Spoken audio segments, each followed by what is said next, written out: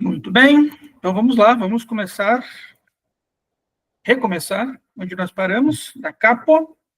Nós paramos no capítulo 3, né? Isso, Tá. isso, 414 a 29. Isso, do iniciozinho do 14, né? Isso. Vamos lá, então. Carlos, se Vamos lá. você não tiver o livro, ele está no drive do grupo, tá? Ele está totalmente em PDF ali, essa edição aqui, que é da 34, traduzido pela Maria Cecília Gomes dos Reis. Você encontra ali no drive do grupo. Tá? Dentre as potências da alma, como dissemos, todas as mencionadas subsistem alguns seres, em outros, só algumas delas, e alguns apenas uma. E mencionamos como potência a nutritiva, a perceptiva, a desiderativa, a locomotiva e a racionativa.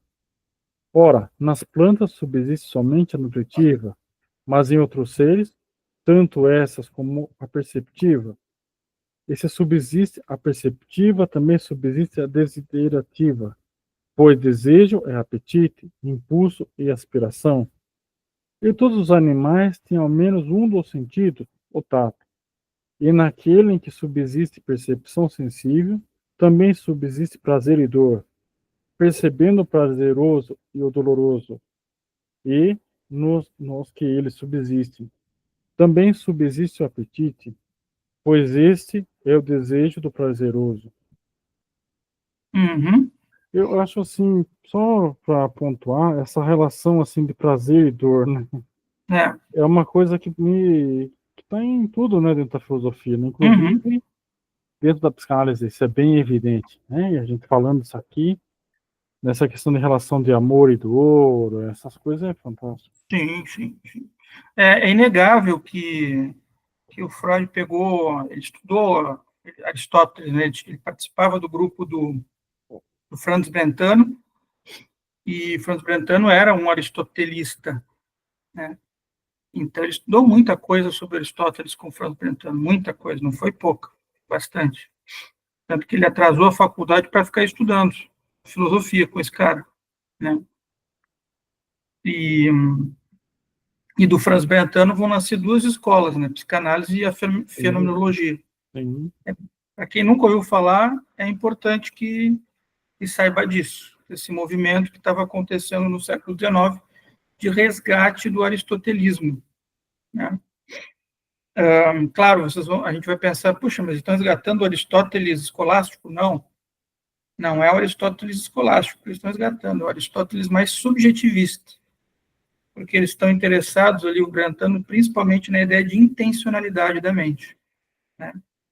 Então, esse elemento intencional é o que faz o Freud se perguntar, então, por que a mente se expressa dessa forma e o Russell também? Ou por que a mente não se expressa da forma que deveria se expressar? Poderia ser o problema, a pergunta do Russell, né? E a pergunta do Freud foi mais em tentar entender esses fenômenos que ele chamou de inconscientes, né? Que só no fim da vida o Russell se depara com eles, né? Vai escrever artigos sobre inconsciente mais ao final da vida.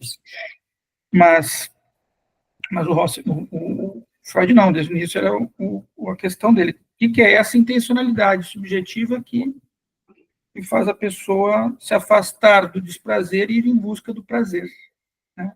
E o que isso conduz? Você vê que esse é o problema que Aristóteles está nos trazendo aqui. Problema muito interessante, né?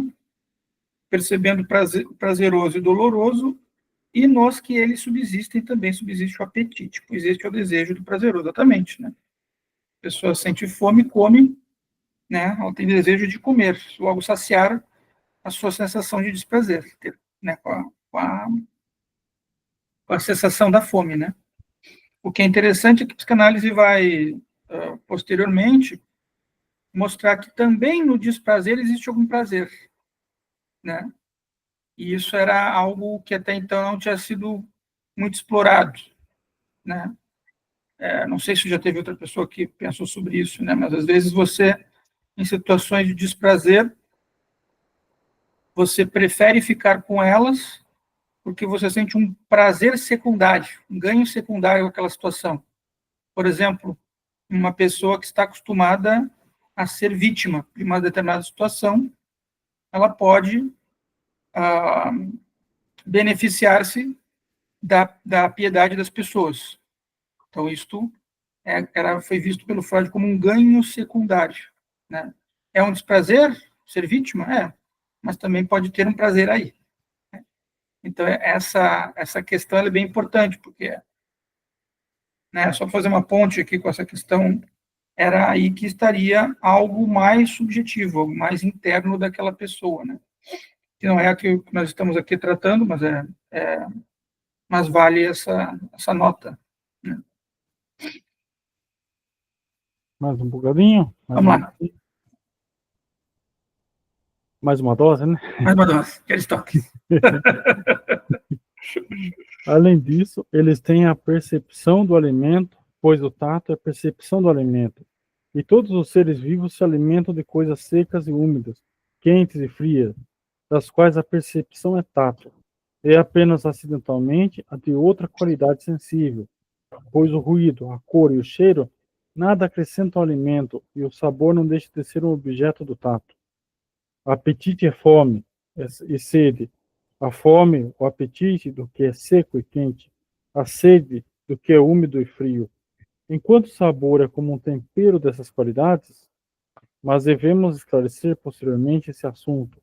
Por ora, é suficiente dizer isso, que entre os seres vivos que possuem tato também subsiste desejo. É muito para minha cabeça. É muito, tudo tato, tudo tato. O que se refere à imaginação não está claro e devemos examiná-la posteriormente. Em alguns seres vivos, além disso, subsiste também a capacidade de se locomover, em outros ainda de raciocinar, o intelecto. Por exemplo, nos homens, em algum outro, se houver de tal qualidade ou mais valioso. Aqui. Tem coisa aqui para nós falar. Tem muita coisa aqui. Vamos no mais difícil? Qual que você quer? Qual dos mais difíceis? Vamos no mais difícil. O do raciocínio, do intelecto ou da imaginação? Você adivinhou, você já leu a telepatia já. Telepatia. Foi exatamente isso. Como todo escrito pequeno do Aristóteles, isso aqui é considerado um escrito pequeno do Aristóteles, porque ele é um escrito de 3 pequenos livros que compuseram essa obra aqui. Ele está também nos apontando para outras obras, né? E aqui ele está nos apontando para 2 obras bem interessantes, né? A poética, pela imaginação, e o intelecto no órgão. É um capítulo muito importante da obra do Aristóteles, né? Falar do órgão, né?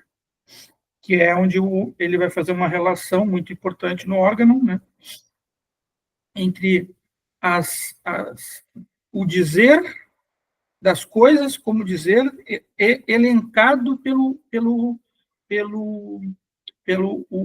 raciocínio da ordem de dizer as coisas, como dizer as coisas pelo raciocínio, né? Então, é quase como se fosse a base da gramática, mas é anterior à própria gramática, o órgão, né? Porque ele está interessado em mostrar como o raciocínio ele segue uma determinada forma, para ele poder ser silogismo, né?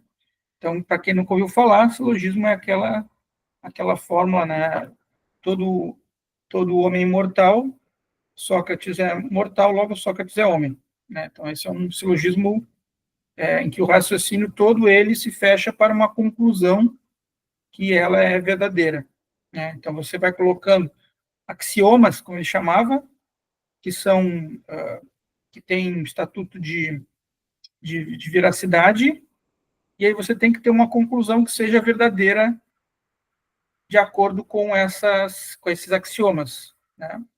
O que às vezes leva a que a conclusão também não seja verdadeira, mesmo sendo falsa, devido aos axiomas, né? Então você tem que fazer uma leitura dos axiomas. Ele ensina todo mundo a fazer essas leituras ali no livro do órgão, né? E leva isso de uma forma extenuante e ostensiva, para quem não está acostumado com a linguagem do Aristóteles, né? Foi o livro mais lido do Aristóteles em toda a antiguidade. Foi não só na Antiguidade, mas na Idade Média também, que foi o órgão, né? Foi o livro mais lido de Aristóteles, junto com a retórica. Ainda me pergunto se a retórica não teria sido mais lida que o órgão, mas o fato é que o órgão foi extremamente lido pelos padres e até excertos foram acrescentados durante a Idade Média, né? Então não foi totalmente escrito só pelo Aristóteles, passou pelas mãos de copistas que acrescentaram alguns parágrafos, e nós sabemos quais são os parágrafos que foram acrescentados. Hoje as traduções registram os parágrafos que foram acrescentados, né? Porque mostra o quanto os copistas eles estavam interessados em lógica, né? Muito interessados em lógica. Muito interessados. Muito interessados. Diga, Rafa. Opa, vamos lá então, né? Então, essa questão do raciocínio e do intelecto. Então, assim, eu não cheguei a ler o órgão ainda. Então, podemos entender que o raciocínio seria uma organização, o intelecto seria uma coisa mais assim interna, uma leitura talvez interna da coisa, porque assim, se ele está definindo duas coisas diferentes, o que seria isso? O que diferenciaria um raciocínio do intelecto? Poderíamos dizer que o raciocínio é a forma em que o intelecto elenca, é mais aproximar-se-á da verdade. Através do quê? Através da leitura de elementos que são verdades universais e que não podem ser contrariadas por acidentes, uma vez que são universais, né? As verdades que são universais, como eu falei agora há pouco, né? Sócrates é mortal, né? Ela tem um porquê, ela tem uma origem galgada na própria forma de raciocinar. Se o raciocínio é certo, a conclusão tem de ser certa. Ela tem de ser correta e verdadeira, né? E isso é o raciocínio. A forma com que o Aristóteles se especializou nesse tipo de raciocínio de elementos universais, ele chamou de silogismo. É um tipo de raciocínio, né? O silogismo ele está dentro da heurística hoje em dia, que a heurística são essas formas de você determinar se está certo ou se está errado um determinado pensamento, né? E o silogismo foi essa forma dialética que ele criou de esbater dois axiomas para, enfim, ter um resultado, uma conclusão necessariamente lógica, né? Então, que essa é a grande preocupação do Aristóteles em todo o livro. Já o intelecto, ele está ligado a essa capacidade que todos nós temos de usar um raciocínio ou de acumular um conhecimento, de ter um conhecimento que independe do raciocínio, por exemplo, né? Um conhecimento que eu trago comigo porque ele é básico da vida humana, não preciso pensar sobre ele está dado na própria realidade, né? Diferente dos silogismos, que você teria que fazer uma certa abstração deles, né? O intelecto, ele pode me conduzir ao silogismo, ele pode, mas não necessariamente ele me conduz ao silogismo, ele está ligado a uma potência, né? Ele está ligado a uma possibilidade de ele tornar-se outra coisa em meio às qualidades humanas, né? Então, ele existe nos seres humanos, mas ele pode não ser grande para alguns, pode ser grande para outros, pela capacidade de utilização dele mesmo, por exemplo, né? Posso usar o meu intelecto para leitura, posso deter-me mais leitura do que em compor discursos, por exemplo, né? Há outros que terão intelecto mais próprio para discursos. Por quê? Porque exercitaram mais essa capacidade e, assim, discursaram melhor, né? Então, Aristóteles também se dá conta que há intelectos diferentes porque há capacidades diferentes de utilização do próprio intelecto, né? Que vão depender muito dos interesses das pessoas, por exemplo, né? De utilizarem seus intelectos mais para determinadas atividades em detrimento de outras atividades. Seria mais ou menos isso, né? Você vê Muito interessante. explicações que são importantes porque, por mais que elas sejam simples, elas estão prenhes de ideias, né? Muito prenhes de ideias, né? Quando a gente lê o órgão, a gente entende bem essa coisa do raciocínio. Fica muito claro, muito evidente. Muito evidente. Aqui ele não fala, né? Aqui ele está dizendo que isso aqui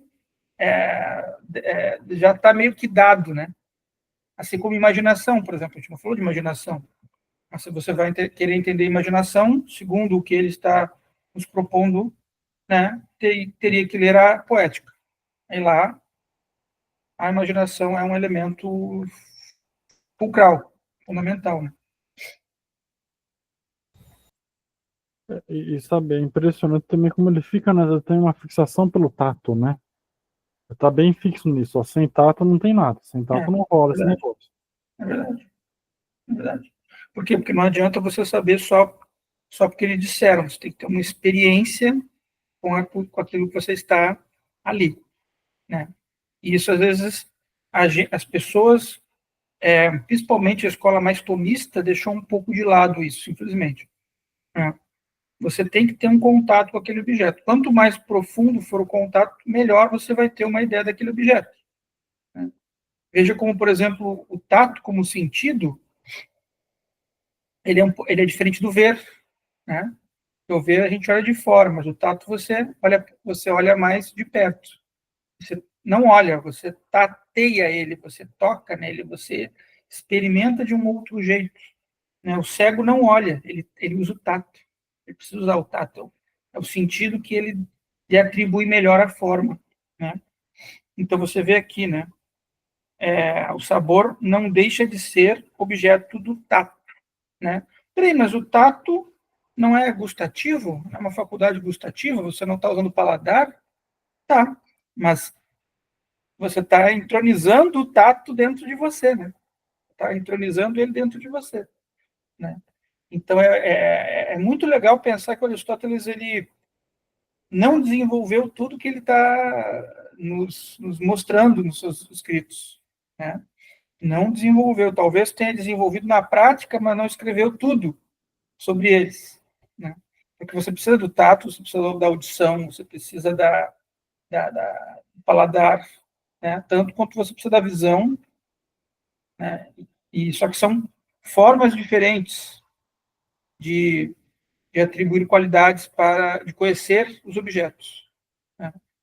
E algumas você precisa só pelo sabor. Se você pegar um pouco de sal na mão, você não vai saber exatamente sua finalidade se você não colocá-lo na boca, né? Você tem que experimentá-lo de fato para você saber o gosto do sal. Caso contrário, você só vai saber porque lhe disseram. Então, você não vai ter uma experiência do sal, né? Você vai saber porque lhe disseram, olha, o sal é assim, né?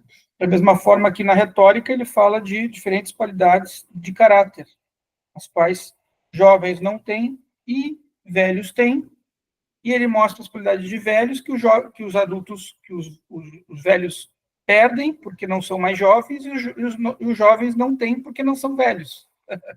Eles têm de passar pela experiência da vida, que é uma espécie de tato, né? É um tato, mas não é só tato, ela é também a experiência do tempo que a pessoa tem no mundo. E é diferente do só você ter o tato com aquela coisa ali, né? A experiência que você vai ter, ela vai se aperfeiçoando.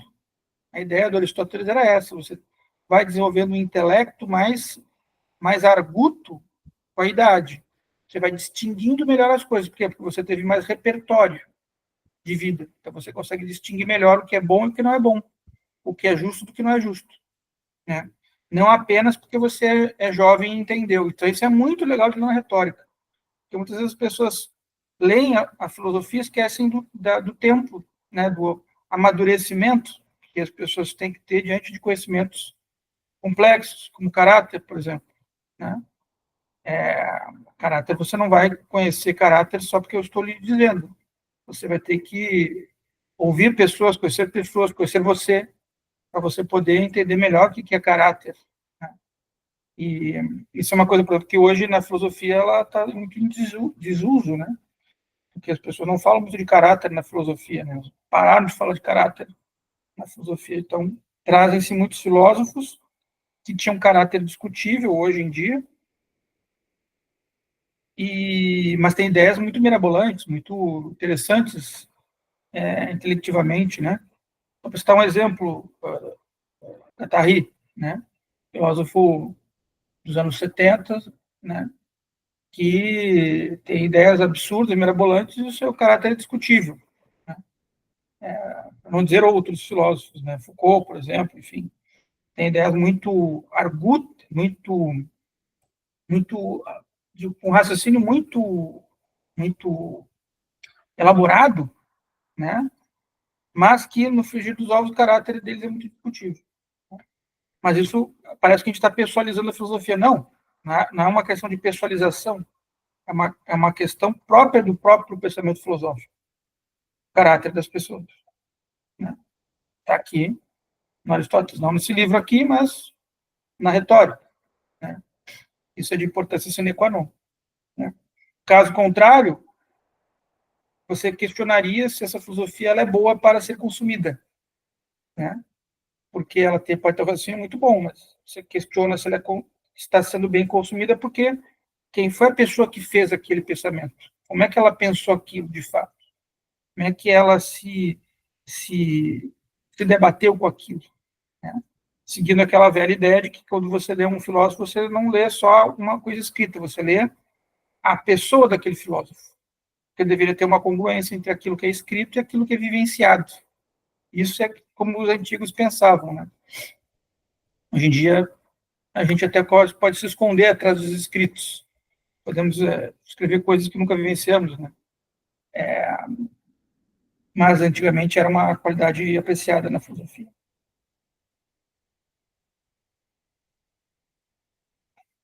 Dúvidas, questões, reclamações? Eu acho que é fantástico pensar nisso, porque aí essa questão do tato mesmo. Quando a pessoa fala aquela coisa, você não tem tato para isso. A gente não entende que talvez venha até desse tipo de escrito, porque realmente o tato é essa questão isso aqui para mim fechou muito, assim. Vou até reler. Eu acho que até o tato ele está numa coisa da sensibilidade humana, né? E tá dizendo uma coisa da sensibilidade humana. Né? O ser humano, na sua sensibilidade, isso é muito importante no Aristóteles, pessoal. É uma coisa super básica que eu vou dizer agora, muito básica, mas não é de fácil percepção, tá? É difícil a percepção.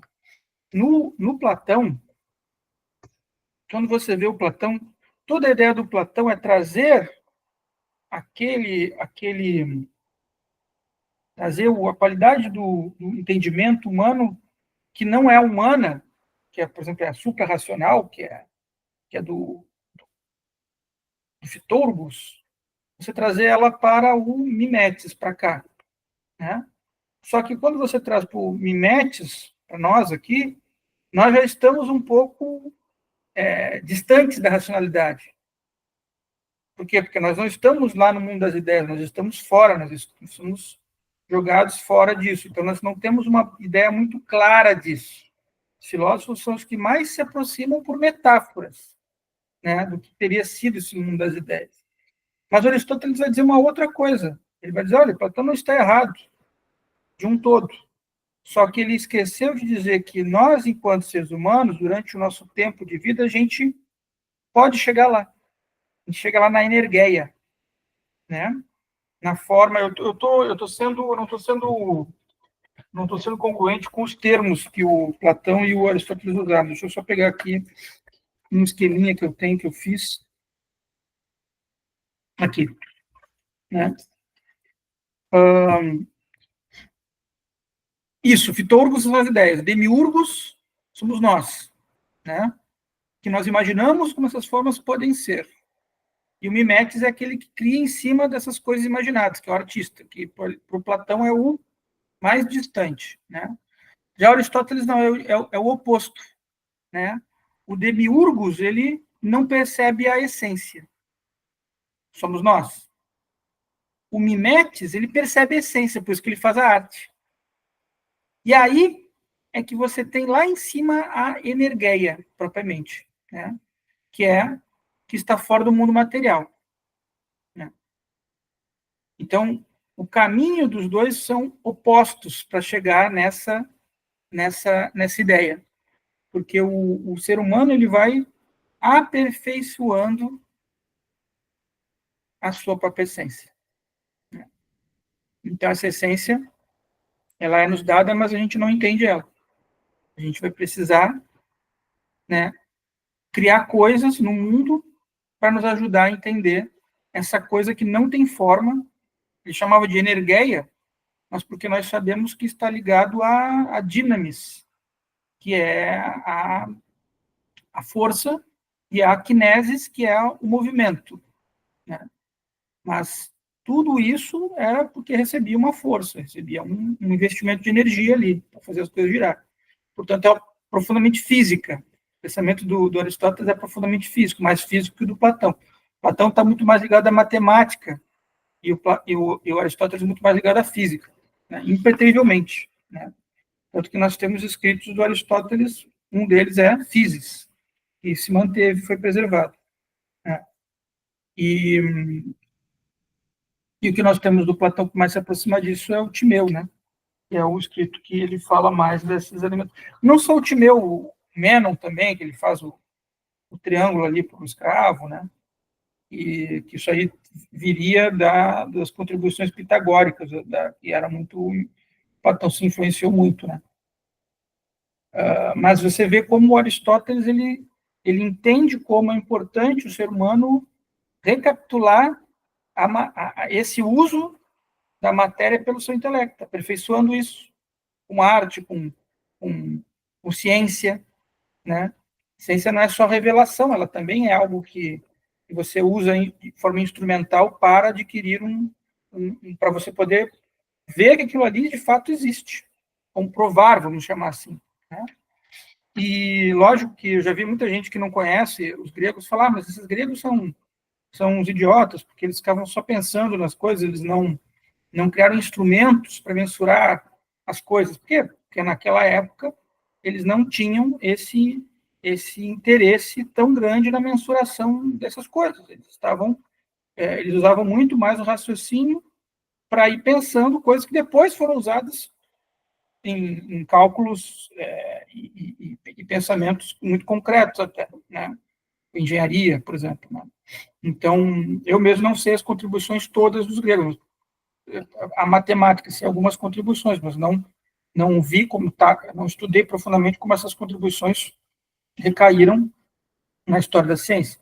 Mas sim, as investigações sobre o que é o conhecimento, elas foram muito importantes para que não servissem só de retórica filosófica, mas para que, com o tempo, se pudesse entender que você precisa de estados de mediação entre o conhecimento e a matéria que está dada aqui. Que esse é o grande esse é o interesse da coisa, esse é o que verdeja os olhos de todo aquele que pensa, né? Opa, eu estou vendo uma coisa, mas como esta coisa se formou do jeito que ela é, né? Isso é interessante, porque isso é invisível, ninguém está vendo isso. Aí que nós vamos ter que construir experimentos e inferências para poder chegar lá, né? Cientificamente falando, é assim que se faz. É assim que se valida, né? Vai se validando, e às vezes se invalida. Quando você faz um experimento melhor, invalida o outro, né? E aí ele passa a ser história do conhecimento. Então, também é um passo importante epistemologicamente falando. Tá dentro disso, né? Eu estava estudando que um dos problemas da gente não ter muito registro é que os gregos, eles escreviam no papel. E no papel as coisas tendem, de fato, a desaparecerem mais rápido que se fosse na pedra, como os egípcios fizeram, né? Como os hebreus também fizeram, escreviam os seus 10 mandamentos na pedra, né? porque era um costume egípcio, né? O que está feito aqui está feito para a eternidade, né? Já os gregos não. O sentido de tempo dos gregos, ele é eterno, é eterno, mas é fugaz o tempo aqui. Ele é meio fugaz, ele não tem esse sentido de permanência que tinha para os hebreus e para os egípcios, por exemplo, né? Que era uma ordem cosmológica, fazia as coisas, a necessidade de escrever na pedra. Aquilo ali sempre tem um registro, né? Um registro que aquilo ali sempre aquilo ali de fato aconteceu, ocorreu, historicamente falando, né? Agora, para os gregos, não. Os gregos é escrito no papel, se queimavam os corpos, né? Quer dizer, a noção de permanência da matéria era muito menos importante, né, do que era para os egípcios, né? Então isso também muda muito a concepção de ciência que se tem, né? Se muda muito, né? Porque poderíamos ter tido muito mais coisas, mas elas foram escritas no papel, elas foram efêmeras, né?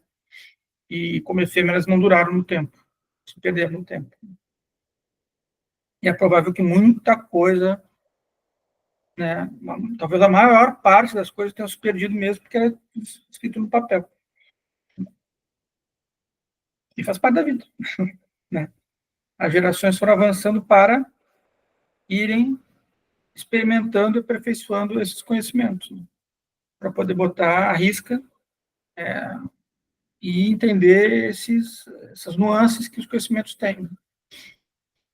O que não quer dizer que o Aristóteles olhasse para as coisas desconectadas.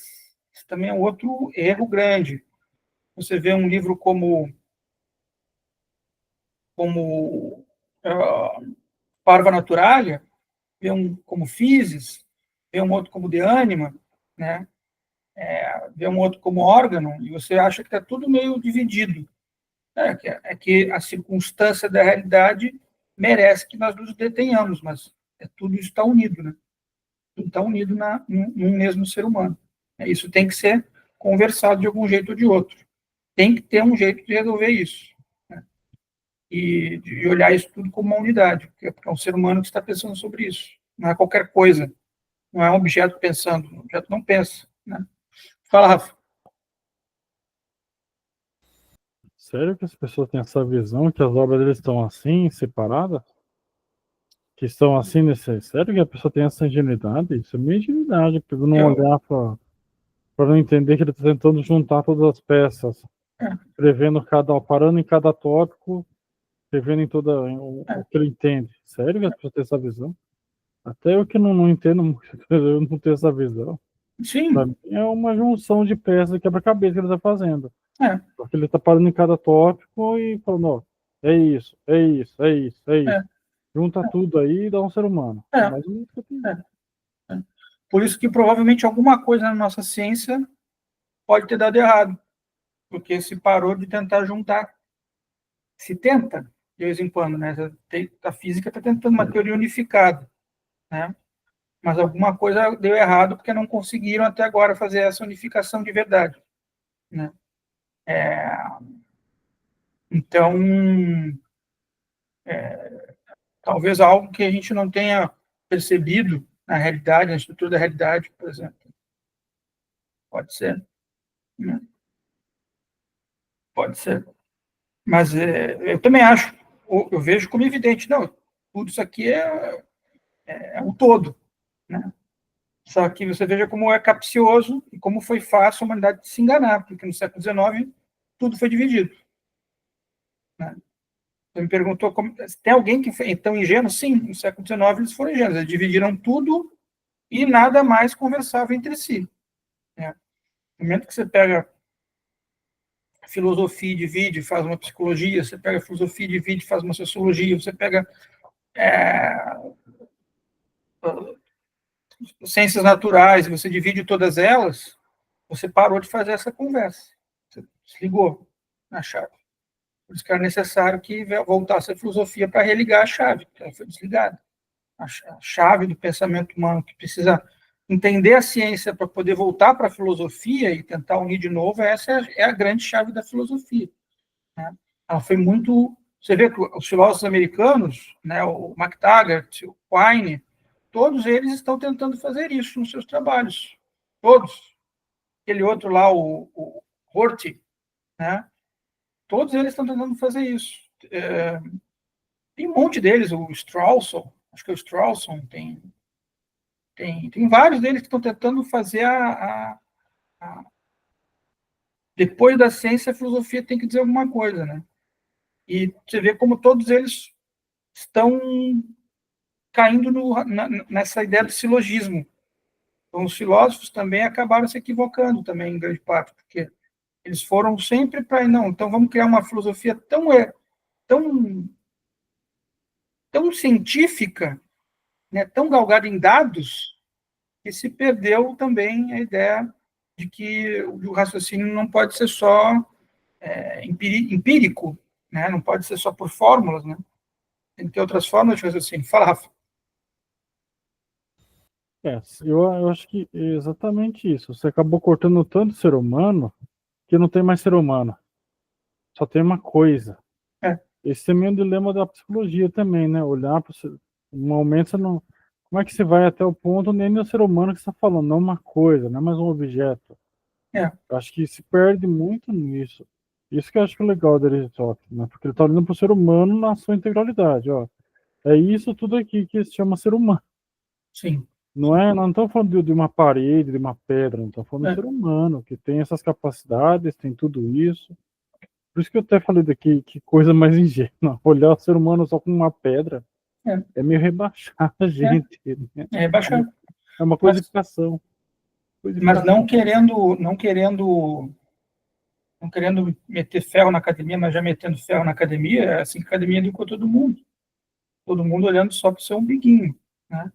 Só para o seu problema, e vendo o problema a partir da ótica só daquele autor ali que foi escolhido pelo aquele fulano Beltrano que, né, que no seu esforço, pode ter sido esforço para o fulano, mas talvez não tenha sido tanto quanto poderia ser se não ficasse só naquele repertório de leitura, pudesse tentar um outro repertório, tentar uma outra comunicação.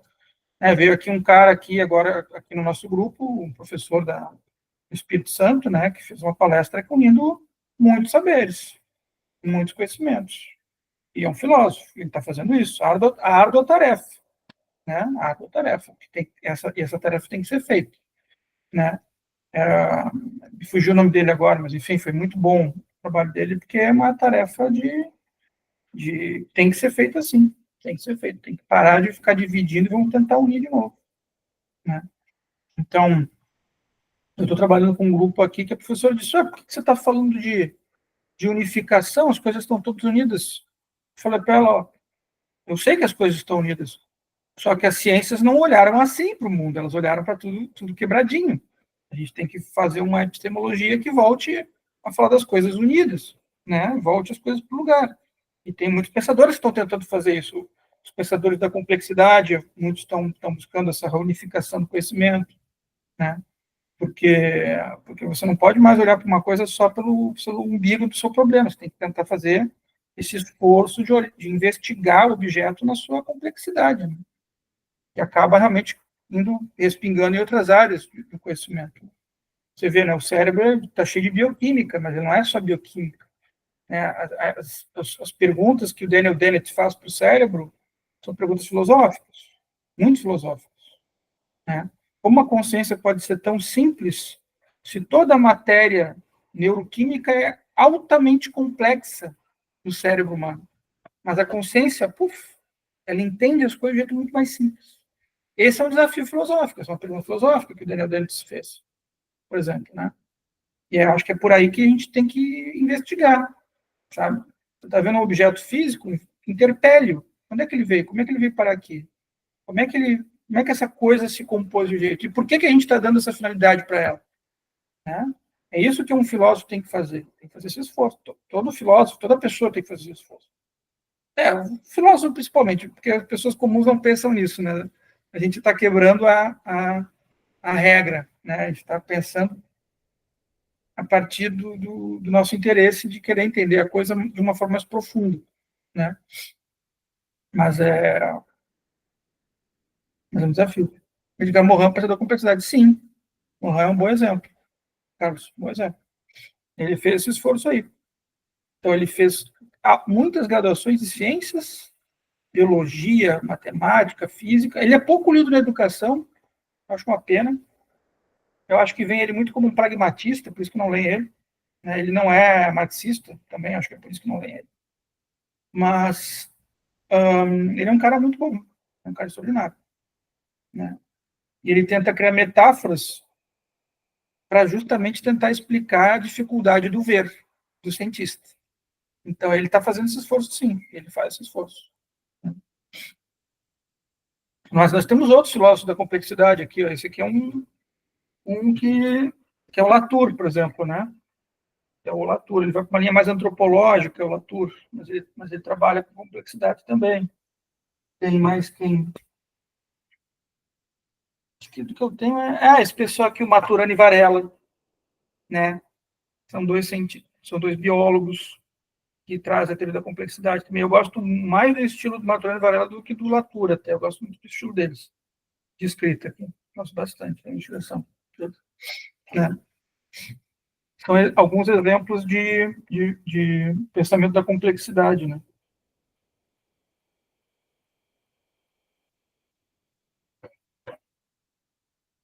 Acho que é isso. Seguimos? Vamos lá mais um pouquinho? Sim. Andiamo. Vamos. É claro que poderia, da mesma maneira, haver, então, um enunciado único, tanto de figura como de alma, pois nem no primeiro caso existe figura no triângulo, e daqueles que o sucedem, nem neste caso existe alma além das mencionadas. A respeito das figuras, também é possível formular um enunciado comum que se aplique a todas, sem ser própria nenhuma. E o mesmo ocorre com a alma mencionada.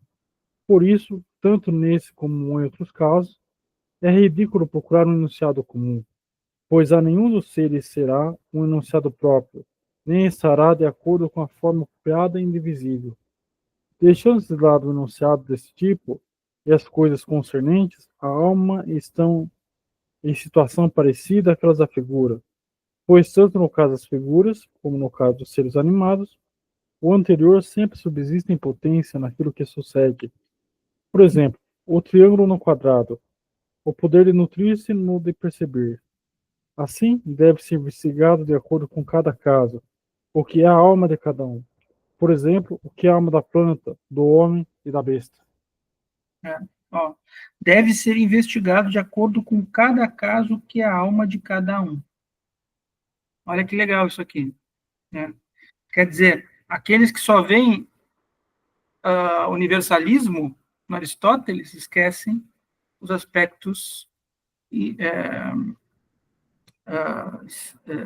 singulares, os pontos de singularidade.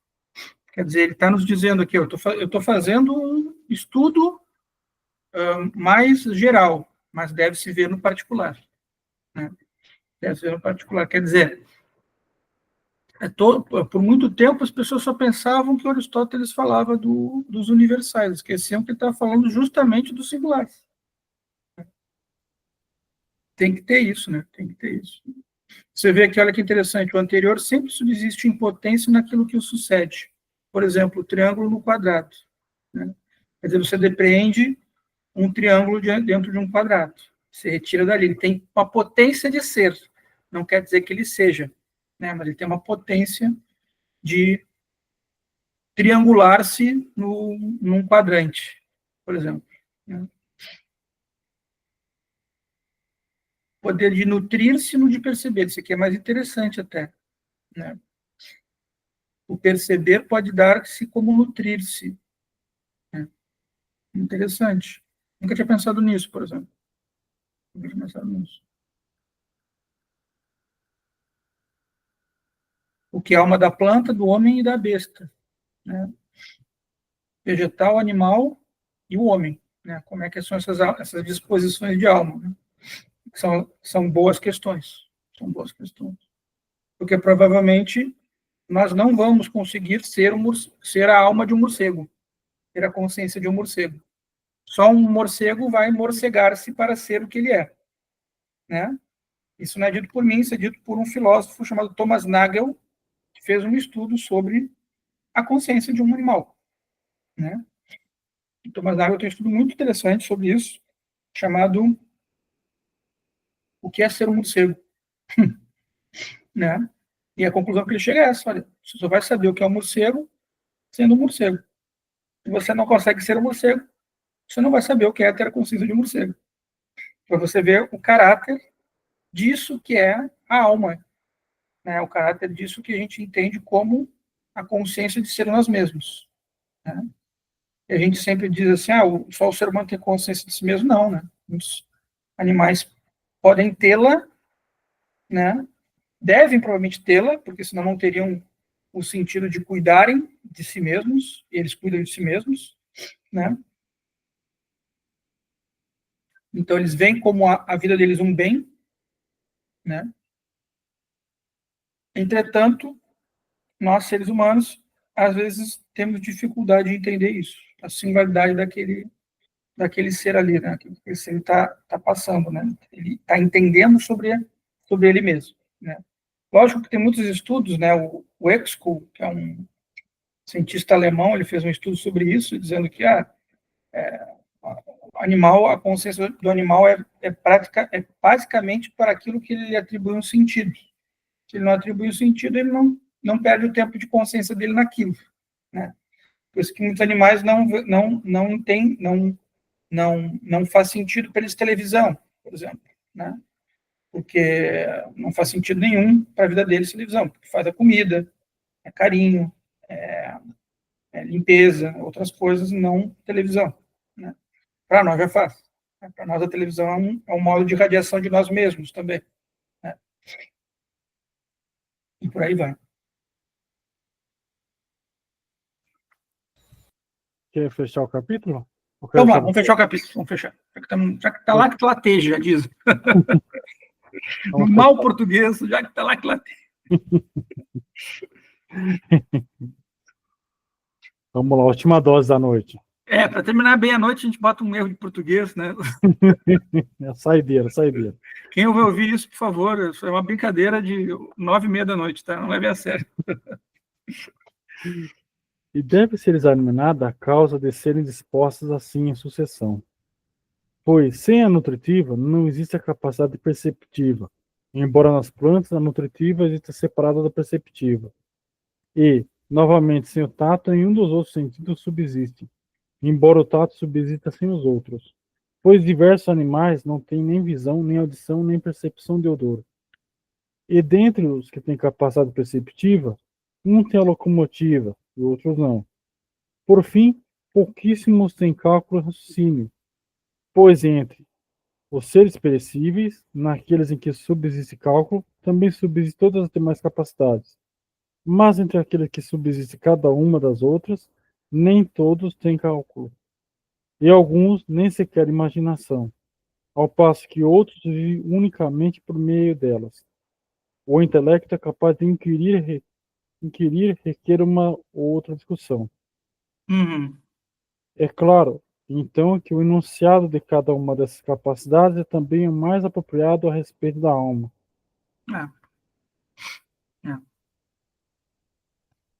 Você vê como ele consegue, Aristóteles, num paragrafinho desses aqui, mostrar como a riqueza da natureza é extraordinária. Uma riqueza da natureza é extraordinária. Mostrando que há sempre coisas que mudam por terem formas diferentes, serem diferentes nas suas essências, né? Como ele acabou de dizer, há animais, né, que, como é que ele diz aqui? Pouquíssimos têm cálculo e raciocínio, mas tem aqueles que têm. Aqueles que não tem, mas tem, muito poucos têm cálculo assim, né? E a esses, a gente, óbvio, vai fazer alguma comparação conosco, né? Com a nossa capacidade de raciocinar e de criar problemas para aquilo. Esse cara aqui é um cara que trabalha isso. Esses dois aqui trabalham muito essa ideia aqui, né? Como é que tentaram criar códigos de linguagem com macacos, né? E mesmo macacos sabendo que a palavrinha melhor, linguagem de sinais, né? Mesmo o macaco sabendo que a palavrinha melhor para comer é o nome da comida, banana, ele preferiu utilizar comer, o verbo, né? Então, esse livro discute muito isso aqui. Faz uma discussão muito interessante sobre isso, né? Só para citar um exemplo. E vejam como, novamente, né? Novamente, sem o tato, nenhum dos outros sentidos subsiste. Embora o tato subsista sem os outros, né? Em alguns casos, é lógico, né? Por diversos animais, pois diversos animais não têm visão, nem audição, nem percepção de odor. Sim, de fato. Eu falei na outra semana, eu falei daqueles animaizinhos que são, como se diz, unicelulares, né? Eles são muito primitivos, eles só têm tato. Só tem tato. Fala, Rafa, diga alguma coisa. Não deixa falando sozinho. Claro, você sabe que nunca vai acontecer isso. Que bom. Felizmente. Essa parte aqui, o intelecto capaz de inquirir requer uma outra discussão. Quer dizer, então, que ele vai jogar para outro livro isso aqui. Uhum. Seria Organon, seria. Talvez. Acredito eu que sim. Acredito eu que sim. Acredito eu que sim. E outra coisa aqui, nesse finalzinho aqui. É claro, então, que o enunciado de cada uma dessas capacidades é também o mais apropriado a respeito da alma. Ou seja, aqui ele bateu, não sei, para mim parece que ele bateu o martelo e falou assim, ok, cada coisa dessa dentro da sua alma. Sim. Então, será que isso divide a alma ou isso são manifestações da alma que tem uma certa, não diria transformação, mas um certo aspecto individual? Porque, por exemplo, assim, dentro do nosso corpo mesmo, eu tenho o olho, tenho o ouvido, mas são coisas diferentes, tenho o tato. Mas elas são manifestações ainda do meu corpo físico. Seria Uhum. que ele está falando isso? Será que ele está fazendo de uma regressão? Falando, ó, tem todas essas capacidades na sua alma, mas cada uma se manifesta de forma diferente. Mas eu acho que ele pode também estar falando de seres que são diferentes, por isso se manifestam de formas diferentes, né? Aves são diferentes de répteis, né? Então, esses sentidos se manifestam diferente, de uma forma diferente, né? Não vão ter as mesmas capacidades. Um réptil não voa. Alguns sim. Tem um lagartinho lá que voa, né? Mas aí a percepção desse réptil também é diferente de uma ave, né? Tem um réptil lá na Indonésia que ele tem uma asinha, ele voa um dragão, eles chamam de dragão voador, esse bichinho. É um lagartinho pequenininho, né? Mas essa pergunta que você colocou é muito boa, né? Muito boa. E eu acho que ele está vendo as capacidades individuais aqui. Eu acho que ele está vendo as capacidades individuais, né? Eu diria que ele está vendo.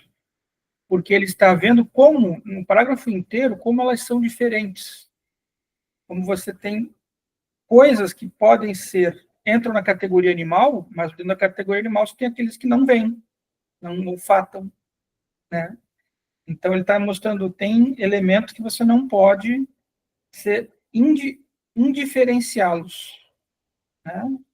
Você tem que tomar muito cuidado com isso, porque se você não olhar para isso, você periga você fazer uma avaliação errada do que você está observando. Eu diria que é uma admoestação, né? Esse elemento aqui final, né? Mas aí a gente também entra naquela coisa assim do do tato de novo, né, que ele coloca, né? Por exemplo, assim, ele vai atrás do universal. Ao mesmo tempo que ele vai atrás do individual, ele vai também estar indo atrás do universal, né? Não é só. Porque é, isso é muito interessante, porque é bem contrastante, né? É, Ele fala, ó, tá, mas você não tem essa capacidade, mas você pode ter outra. Você não tem isso, mas tem outra. Então, de um certo jeito, você vai chegar em uma certa universal, porque no fim ele fica batendo de novo na questão do tato, né? Ele nunca vai ser do tato nesse livro, nunca. é verdade. Ah, o de anima poderia ser o tato, né? Poderia ser o tato, é verdade. Né? Boa sugestão de título. Vou até anotar, gostei. Um dia a gente pode até escrever um livro sobre isso, né? Pô, a gente está tentando organizar, né, um livro do Genefil, né? Pode ser de Verdade. interesse escrever sobre isso. É, Hashtag fica a dica. verdade, depois eu vou Hashtag sugerir isso fica para Adriano. Porque ele tá falando justamente isso. Ele chega e fala, tá, mas o tato, é tudo tato. O isso é incomum em todos os seres humanos, em todos os seres vivos é incomum. Seja numa planta, seja num animal, por exemplo, que não tenha capaz de olhar, igual ele fala aqui, de visualizar, nem audição, nem tudo. Mas ele tem, ó, idêntico que tem capacidade perceptiva, um tem a locomotiva, outro não. Mas assim, quando ele fala assim, são seres assim que têm uma sensibilidade ao mundo. Não tem como, não tem como você chegar nesse cálculo e falar assim, tá, esse animal não responde ao mundo, então ele morreu. Não existe animal que não responda ao mundo, ao exterior. É, Não importa o que é, seja. é verdade. O unicelular, igual você falou de uma ameba. Uma ameba ela vai responder ao exterior de Vai, algum jeito, vai. Precisa entendeu? responder. Precisa. Então, nossa, tô Precisa. viajando, né? Tô viajando, mas Então, é isso aí. Você está entrando no caminho que tem que ser. É a viagem. É a viagem. É isso aí. é isso que eu estou percebendo. Então ele está falando tanto de tato, de sensível, que tá, é isso que a gente tem que é universal. Eu preciso responder ao meu mundo exterior de algum jeito. Eu preciso, de algum jeito, ou eu tenho que ter o prazer, ou eu tenho que ter a dor. Entendeu? É, Então alguma coisa tem que estar aí. é, é. Porque senão eu morri. É. Se você não Talvez. responder, né? A, a ausência do movimento até é um elemento de descaracterização do ser, né? Ele se Exato. descaracteriza, né? Eu acho que o que descaracteriza o ser não é nem a questão do movimento, mas é a questão daquilo que ele está falando do tato, do Eu tô, sensível. né? A alma, porque para o Ixi, Aristóteles é a alma que contém a essência do ser. Perdeu a essência, vamos chamar aqui de substância, que é o termo que a tradução ama, né? Ousia. Perdeu, morreu, perdeu a alma. Perdeu, exatamente. não está mais lá, desapareceu. Então o corpo ficou, sim, mas ele é um corpo inanimado, um corpo que não tem mais vida. Então não tem mais essência ali, acabou. Para onde foi? Aristóteles não quis saber para onde foi a alma. Ele só disse não tem, acabou, está morto. Game over, game over. Game over. Por isso que a ideia de tato, de movimento, tem uma coisa aí muito interessante nisso. A alma é movimento, mas a alma também é movimento. Lembra que nós falamos agora há pouco, né? Tem uma energia que ela criou as coisas todas. O primeiro motor da Aristóteles. Olha como ele volta, depois ele vai se interessar por investigar isso aí, o primeiro motor, que é o livro 10 da Metafísica, né? O que faz a coisa, né, fazer esse movimento? Né? Tem algo que a alma mostra que é movimento. Você está dormindo, você está respirando. O sangue está circulando. É devagar, a outra proporção é. Mas você está vivo, você está em movimento. Né? Você pode fazer poucos movimentos, mas alguns você não tem como não fazer. O ser vivo tem que respirar. Se não respirar, ele morre, o ser vivo. Né? E para onde é que vai a alma? Né? Bom, por Aristóteles acabou ali, não tem mais. Né? Parou de respirar, morreu. Né? Perdeu a sua essência de ser. Né? Mas ficou alguma coisa, porque pode não ter mais a alma ali dentro, né? Mas ficou alguma outra coisa no mundo, né? Ficou alguma coisa nos escritos, ficou alguma coisa no contato que as pessoas tiveram, né? ficou ainda um movimento daquela pessoa nas outras pessoas. Depois esse movimento vai acabando, o que a gente chama de luto, né? Vai terminando. Né? Então, Aristóteles ele tem muita também a ideia do movimento. Alguma coisa que as pessoas viram, aconteceu, depois já não se sabe mais, se perdeu, não tem mais o registro. Perdeu o registro, aquela pessoa deixou, né? Ficou ali, você viu, não está viva, morreu, deixou de deixar sua marca de movimento no mundo. Né? Está muito ligado a isso também. Tato e movimento. Muito, muito ligado. Fica a dica. Fica a dica aí no futuro, estudo mais profundo, isso aí. Ah, sim. Que, que, Estudo mais profundo, tudo precisa, né? O ser humano é prematuro, tudo é novo. Tudo precisa de mais estudo. Mas é um estudo importante, porque você vê como a gente está investigando. A gente está investigando. Está investigando. E o mais doido de tudo, a gente não está viajando. Está tudo na realidade. Está tudo na realidade. Não estamos fazendo uma teoria, uma maluquice, não está sendo igual você falou, aquelas coisas de só leitura. Não é só leitura, a gente está olhando para em volta e falando, isso aqui existe. Não tem como você fugir disso. É. É assim. É um olhar sensato, né? Um olhar sensato. Por exemplo, seria loucura a gente começar a falar de coisas que o Aristóteles não pensou, não disse, ele não teria visto. Né? Vamos supor aí a Poética 2 do Aristóteles, né? Poderíamos supor várias coisas sobre ela, não tem ela, tem escrito. Poderíamos dizer, botar coisas na palavra do Aristóteles que ele não falou, né? Mas não é o que nós queremos, a gente quer tentar ser fiel ao autor e também fiel à realidade, que é a mesma que esse autor viveu, a capacidade que ele tinha, nós também podemos fazer. É um bom experimento tentar ver essas condições de realidade para poder observar a realidade. Né? Senão você começa a falar de outra coisa, começa a pensar que Vênus é de um jeito, mas quem que foi para Vênus? Né? Não foge muito da realidade, certo da realidade. É bom a gente ter os pés no chão com as coisas. Tem uma coisa que você estava falando, né, Rafa, que é a estudo da psicanálise. Se a gente não pode delirar muito, a gente tem que manter os nossos pés no chão. Porque a gente tem que pensar nas possibilidades daquilo ser. Em decorrência daquelas possibilidades, a gente vai pensar. Isso é um pensamento clínico também. Né? Por isso que eu acho que o Aristóteles tem um pensamento muito clínico, porque ele foi filho de médico. Né? Ele tinha muito isso. Em decorrência daquilo que a gente pôde enxergar e ver, é que a gente vai pensar quais vão ser os próximos passos para a gente poder dar. Né? Senão, a gente vai estar aí sim, gravitando numa coisa muito fora da realidade. Uma outra coisa que não é do interesse das pessoas. Né? Então, a gente começa a se falsear, a falsear esse interesse. Né? Posso só fazer uma última viagem aqui ou tá muito Vamos, tarde? toca a ficha. Pode ir. Fiquei agora pensando assim. Qual que é aquele nome do conceito que é em grego, que ele fala do que é tumésion, não é? Que é o Toméson, conceito mediania. tumésion, mediania. Será que, no fim das contas, essa questão de alma, matéria, ato e potência, não seria também um tumésion?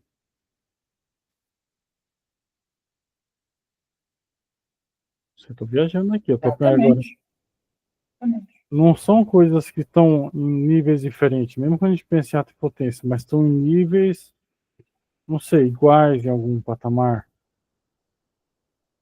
Não sei, eu estou só viajando mesmo, porque já são quase 10 horas da noite. Podem estar em níveis iguais, em alguma relação, certamente estão, mas também o que tem aqui, nesse nível que a gente vê, né,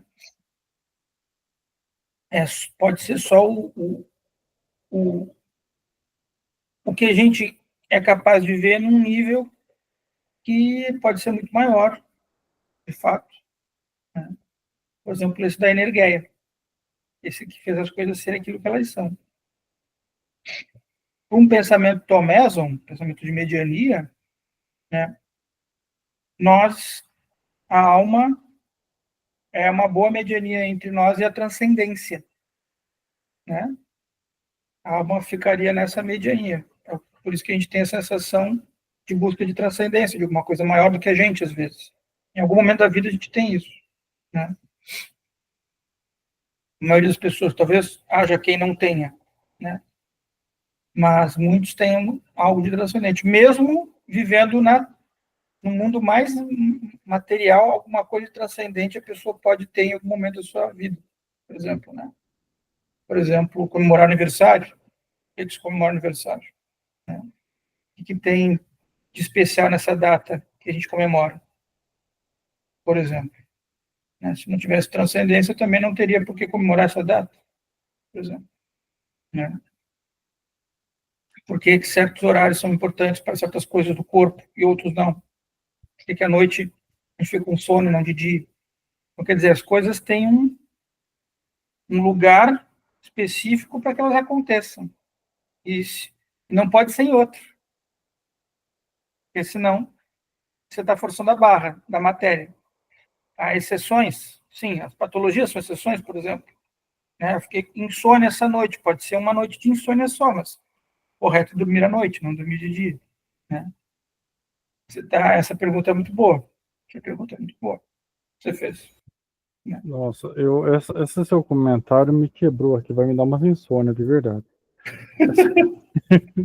Essa questão da alma é uma medida entre o corpo e a transcendência. Isso aqui me quebrou. Isso aqui me quebrou. E acho que é um ponto que hoje a gente fez filosofia. Hoje a gente fez filosofia. Isso aí me quebrou de verdade. Isso eu não estou zoando. Vai me dar uma insônia aí nervosa. Que bom. Que bom que ruim, não quero que você tenha insônia. Mas pensemos nisso, né? Por que comemora seu aniversário? E tem muita gente que não gosta de comemorar aniversário. Você vai encontrar muita gente que não gosta de comemorar aniversário. Também. Né? Mas é um modo muito interessante a gente pensar nisso. Pessoal, ficamos por aqui. Beleza. Descansem, fiquem com Deus. Vamos Amém. encerrar nossa gravação. E é isso tudo. Nos vemos semana que vem.